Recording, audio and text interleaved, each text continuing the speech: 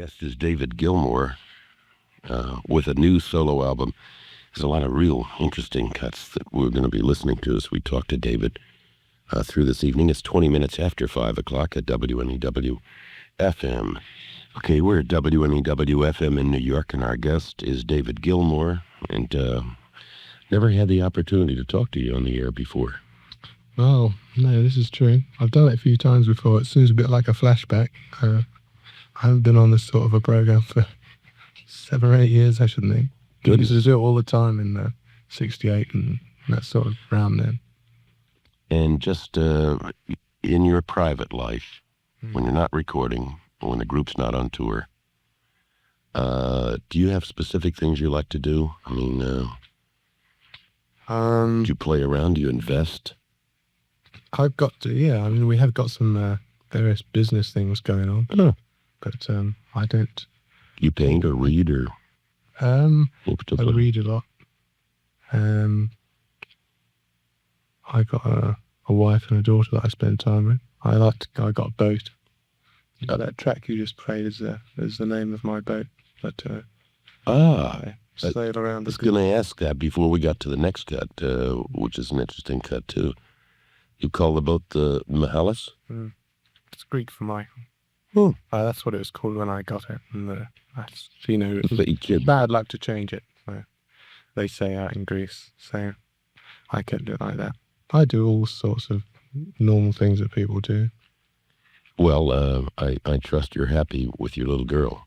Absolutely. They have a way of making you very happy. You know, I think most men, say, gosh, somebody that I know, a good friend, you probably know him too. It's that little girl, he wanted a boy, and I said, don't worry, you'll get to where you like it, I don't mind. Whatever comes, In the meantime, just have good fun practicing. Do you live in the country? Yeah. Kind of. Well, it was. It's getting a little less right where I am at the moment. They're building a new town that's creeping up. So we're in about 300 yards of my house now. So. Is your boat a sailboat or a powerboat? It's an old Greek fishing tub. Wood. Have some fun. Slow. It goes chug, chug, chug, chug, chug, one of those? One of those, right. And how long are you going to be in the country? Just a week. Going to go around and talk to a few people? Yep. Trying to get a few of them to have a listen to that.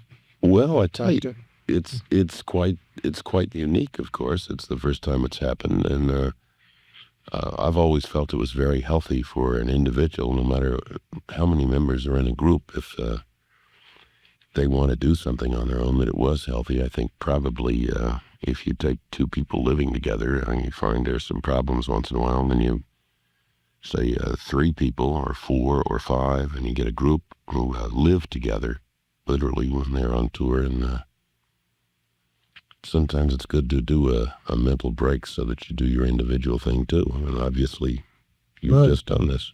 You said it exactly. I've said exactly the same thing to about several interviewers over the last couple of days. I said exactly that. And they were actually asking, most of them actually asked whether I thought it was a dangerous thing.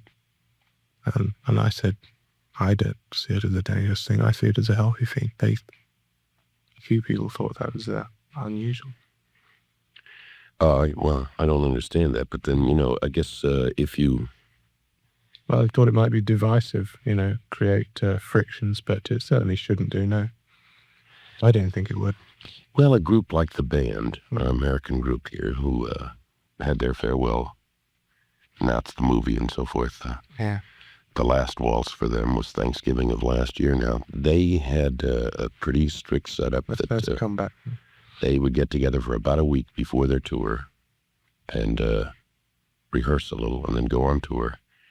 And they don't see each other or talk to each other after that until they get together again.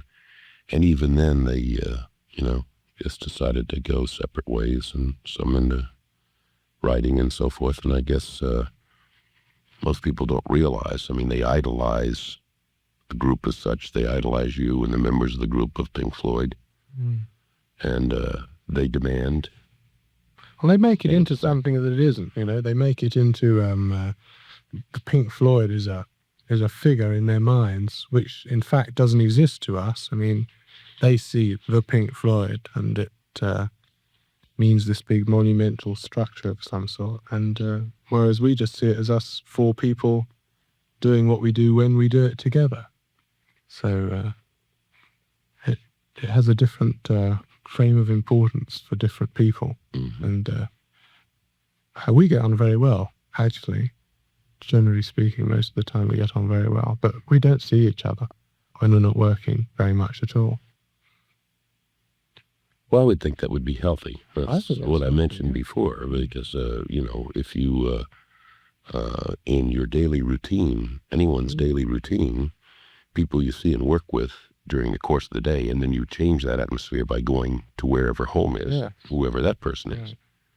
So if there's a constant change, and then you will go off on a trip or something, and you will go to this meeting, you see various people. But if you are in a room with the same people constantly or over a long period of time and traveling and performing and everything else, the walls get small. Absolutely, yes. I mean, we spent all of 1966 and the first half of 1977 working together consistently most of the time. And we definitely needed a break from each other at the end of that. I decided to take about a year off from each other. And we're obviously lucky being in a position where we don't have to work together all the time. I mean, it's exactly that breaks up a lot of groups, isn't it? Yes, of course it is. But they can't stand the sight of each other after a while, and they don't get the opportunity to take a break, and they make it very personal between themselves, and they can't handle it. It actually gets physical at times. Yeah. And the other thing is, you don't actually have to be friends to be good artistic working companions. Although I would say that we are friends, and we get on well, but not social friends outside of the Pink Floyd setup. The only other thing I've found is there may be a larger ego involved with a individual of a particular group decides that he really maybe is the group, then will embark on something on his own. And quickly discovers that he isn't. Well, yes, that's happened before on a number of occasions. Our guest is David Gilmour. He's a delightful person, has a brand new album. And the name of it is David Gilmour. And he's done some of his own things in a couple of ways.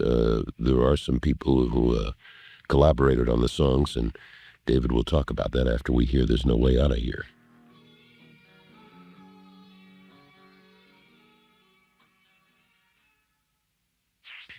I like that, and I see that the song called There's No Way Out of Here, someone worked with you on that, right? I didn't write it at all.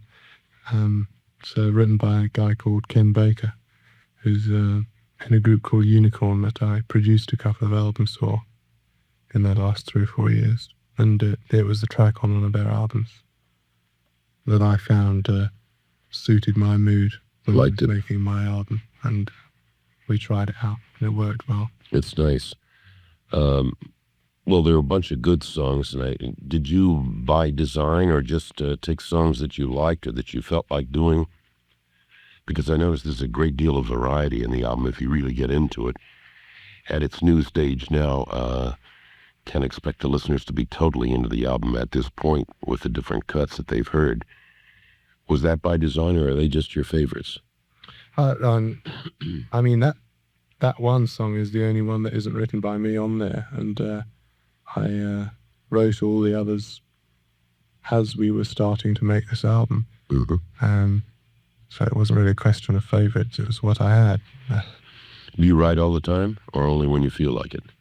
Well, I only write when I feel like it, and it seems to need some sort of catalyst to make it come out. And the process of starting this album, the day I actually started, from the day when I actually started going in the studio, trying things out, just rough things, with some sort of determination in my mind that I was probably going to start to make a proper album.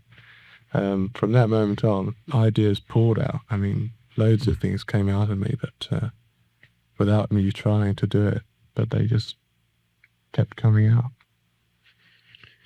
Well, I would think if something happens, for instance, when you're out on your boat and you get an idea, do you pencil something down and maybe do it later? A thought wave? Well, not in that particular instance. Not necessarily. I don't write it down, but I carry a very small portable cassette recorder with me most of the time, and anytime anything comes up, I just bung it down on there, even if it's just 10 seconds of something or a few words or a line or something. I just put it down on there, and then I can forget about it happily and know that I've got it for later. I can come back to it and work on it. The reason I'm smiling, David, is my boss does that when he's listening to the station. And when he hears something, he gets it out and he says, what happened in such and such and so and so. Right. Well, they're very useful. They're like it's like a little memo pad, but it's an audible one that you can hear, play back later. Our guest is David Gilmour, who has a new solo album out, and it is very tasty. It's 22 minutes before 6 o'clock. All righty. You rushed over and took a peek at something. David Gilmour is our guest. Mm-hmm. What would you take a peek at, just out of curiosity? I don't want to give them... Oh, okay.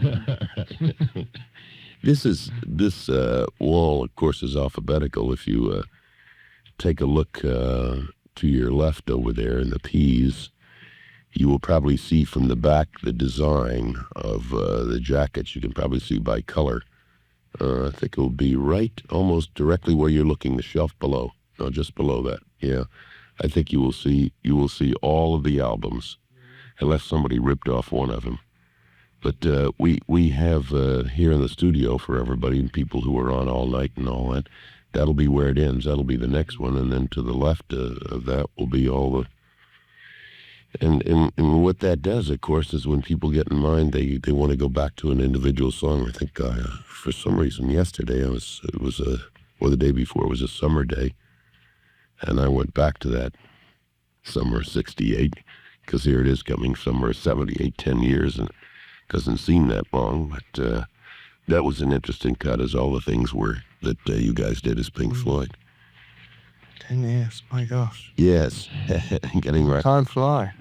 Yeah, but it kind of says something, doesn't it? It's still there. I get older. Yeah, but it's still there, and you're still here. That says something, too, because you have a lot of friends and a lot of co-artists who disappeared somewhere. Yeah, this is true, yeah. Someone's probably going to do a book someday about whatever happened of just people who were involved, who were very big. And then something happened, or a group split, or they decided to leave for a while. And probably, for the most part, it would be surprising to most people. They may be happy somewhere. Yeah. Out on the farm or something. I hope so. Yeah. Durability is the secret of our success. I hope you'll come back and see us. We got a few seconds left, and I certainly want to wish you well with your solo effort, the new album. We're here, and we invite you to come by anytime you feel like it when you're in our crazy city in New York. And I wish you the best, David Gilmour. Thank you. Thank you. Scott Meany at WNEW FM, Metro Media Stereo.